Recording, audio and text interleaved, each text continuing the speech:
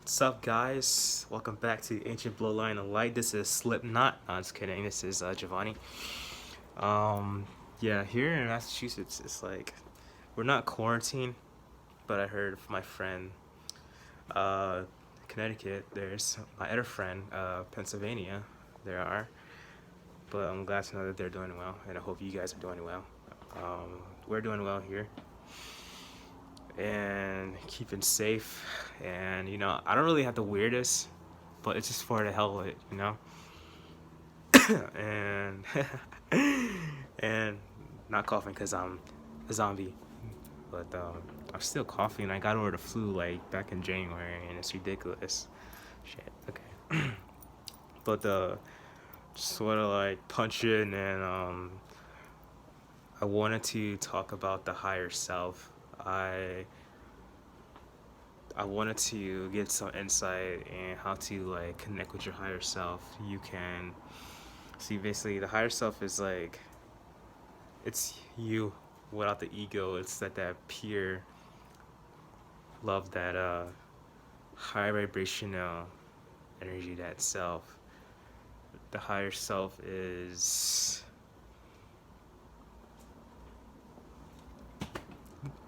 your divine self. You are God within this vessel. That's you. That's who you are. And you want to surrender the ego to connect with that. And it also benefits in manifesting when you surrender the ego, because you're not judging, like when it comes to manifesting. Like see, like if you're sick, for example, and you want to manifest being better, you don't judge the sickness. You just be accepted as it is. You just see it as it is. And let's see, it's like you're setting your reality. You're like the ignoring your reality technique while manifesting. And then you just be healthy. Like you perceive yourself healthy. You visualize how your life is being healthy. You just go along with it. And you're ignoring that reality. And yeah, it sounds like it's not there. Like it doesn't exist to you. What only exists to you is being healthy. So connecting your higher self is also like you're embodying it, where you just accept things as they are. You just be, and accepting everyone else in yourself as you are. The opposite of what the ego does, but constantly judging, and had expectations and attachments, and desires, whatnot, these fears, shame, guilt, all that stuff. And your higher self is like just all acceptance, all that, and just divine, just pure, and just and bliss anyways. It's like, okay, these things may be there, maybe it's not fully healed, but you're in all acceptance of it. Your divine self, but everything's all at one. Everything's a lesson. I didn't even have to cover my mouth. Why did I do that? But and it's that divine part of you that you connect with whenever you need guidance. It's like one of the things that you can like reach out to for guidance, besides your spirit guides, besides Archangel Michael, besides Yeshua, besides Krishna, Buddha, Hallel, and Lord Metatron, Lord Shiva, and so on. And most people like to connect more with their higher self than reaching out to any deities and such for blessings and kind of manifestations and whatnot, or where it comes to like relationships or career, health, family, friends, and other things and such, and money and such. So it's like, okay, why should I reach out to other gods when I can just embrace that God, me? And it's not in a way of being conceited or an ego, but it's in a way of just be in there, just connect to your God self. And although all these other gods whatnot were created by us, so it is, they are aspects of us. So in a way, it's like you are still connecting yourself with them, but you know what I mean. And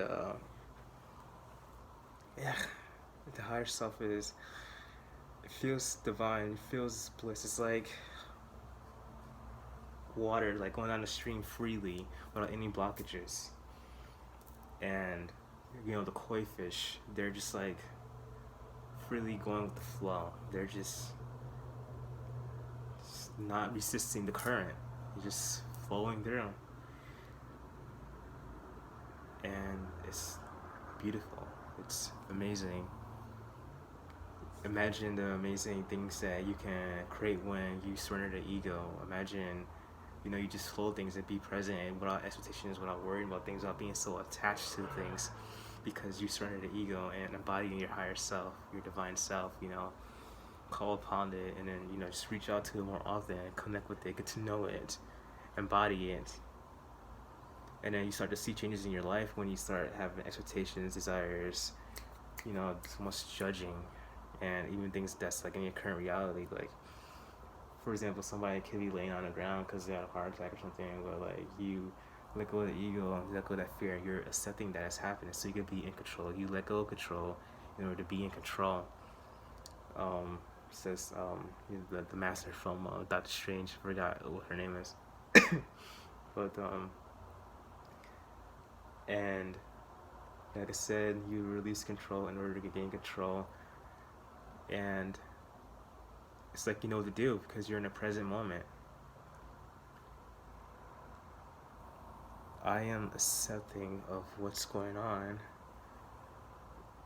and it makes it more better, and it helps me be more present and not afraid and know what to do. It looks like I'm wearing eyeliner. I haven't worn any in a long time. But you want to learn how to cut to your higher self? Here's the thing. Or merge with it, whatever you want to call it. Center yourself. Take deep breaths. Ground your energy.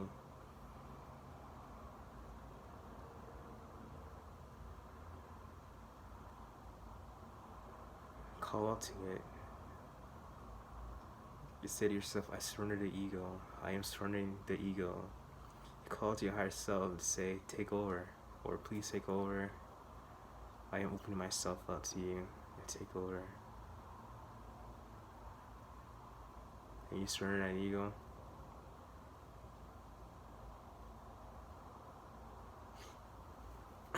And then you let that true self come in. You let that higher self walk right through.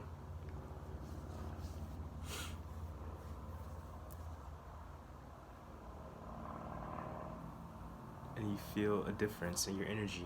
You feel a difference in your energetic body. It changes. You feel a release. You feel that release of control. You could visualize if you want. You can visualize, what you imagine, or, whatever you see, what your heart feels, what your higher self looks, how it presents itself to you. Like, eventually it will present itself to you. Some people imagine what it looks like, or it just automatically presents how it looks. Maybe it just looks just like you, just without the ego. Now, I'm not saying like the ego is going to be completely eradicated. No, it'll still be there. It's there for a reason. But you can visualize it standing right in front of you, that pure energy. And then it's moving towards you, or you move towards your higher self, your divine self.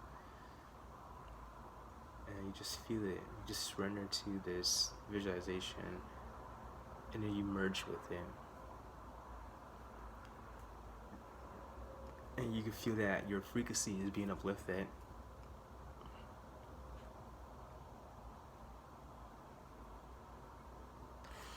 And you just breathe.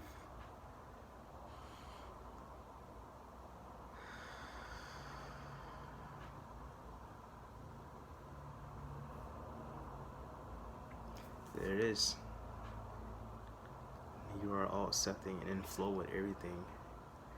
You surrender that ego and then see things as it is.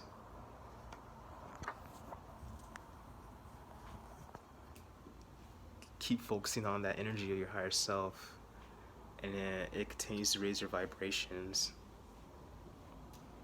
and just keeps going up. And as you are in the present moment, as your vibrations are high, you just start seeing things just come together, like, just synchronicities, things start manifesting, and you start to see changes in your life.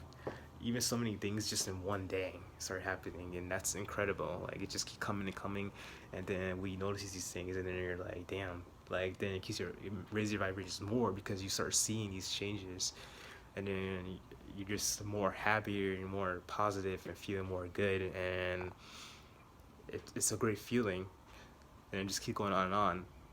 What loses you, what drops you from that 5D, drops you down to that, back to the ego again, is because of your thoughts. So you have to really practice being present. You have to practice surrendering and embodying your higher self, your divine self, And that's what this video is about today, is connecting with your higher self. Connect it more, practice with people, tell people about it if they're into it and wants to changes happening in your life. Be all acceptance of things, make peace with your inner self, and you can even connect your higher self to help you go through an inner healing. Like, you surrender ego so you don't have to judge your thoughts or whatever memories that come up that cause some damage in your life and in yourself. It's very beneficial, and it's very essential for soul retrieval. Now, I'm Giovanni, and give a thumbs up, subscribe, share this video. Be safe, be love.